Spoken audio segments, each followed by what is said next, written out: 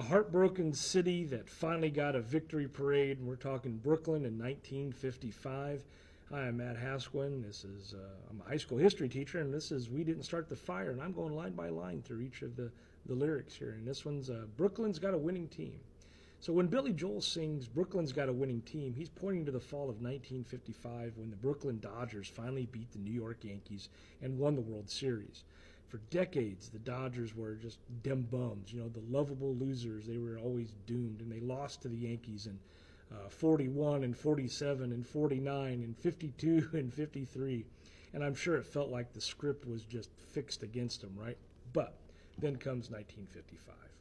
And the lineup was a who's who of Dodger lore. It was Jackie Robinson, Roy Campanella, Duke Snider, Pee Wee Reese, Gil Hodges, Carl Furillo, Don Newcomb, young Johnny Podres on the mound.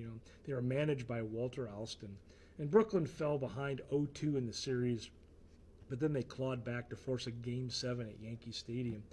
On October 4th of 1955, Johnny Podres, who was just 23, throws the game of his life. It was a 2-0 shutout.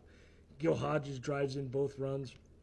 In the sixth inning, left fielder Sandy Amoros makes a racing catch near the foul line, and it starts a relay that turns a Yankee rally into this crushing double play. The final out being recorded, the drought was ended, and Brooklyn had a World Series banner at last. So why did it matter so much? Well, because Brooklyn, the Dodgers, they were more than a team. At Ebbets Field, families packed the bleachers. Radios would spill out the play-by-play from their open windows and throughout open windows of tenements and apartment buildings, and a borough that felt overshadowed by Manhattan finally had the stage of its own. The Dodgers were also the club that with Branch Rickey earlier on in that decade integrated Major League Baseball by signing Jackie Robinson. And by 1955, that courage and talent had ripened into a championship. For the players, it was validation. Campanella won his third MVP that season. Snyder's bat was just thunder. Robinson was the standard for pressure and poise, stealing moments whenever the game needed tilting. And Reese captained the infield like he was a metronome. He was always on. Hodges' glove and bat, the anchor when he was at first base. The win of the World Series stitched together those names forever. And the victory was also a goodbye, kind of on delay. Because within 3 years, 1958, the Brooklyn Dodgers would leave for Los Angeles. Ebbets Field would be demolished. And the borough that had finally tasted a title lost its team, and nostalgia did the rest.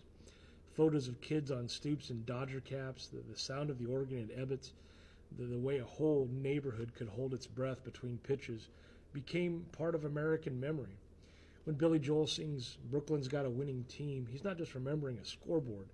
He is naming a borough's identity, a civil rights milestone bearing fruit, and the one season when every radio on Flatbush Avenue seemed tuned to a single game. Now, how does this tie back to the song? Well, the timeline, the line itself is a time capsule. In 4 words, you hear the end of heartbreak. You hear the echo of Ebbets Field and a championship that arrived just in time to become legend. Why does it matter?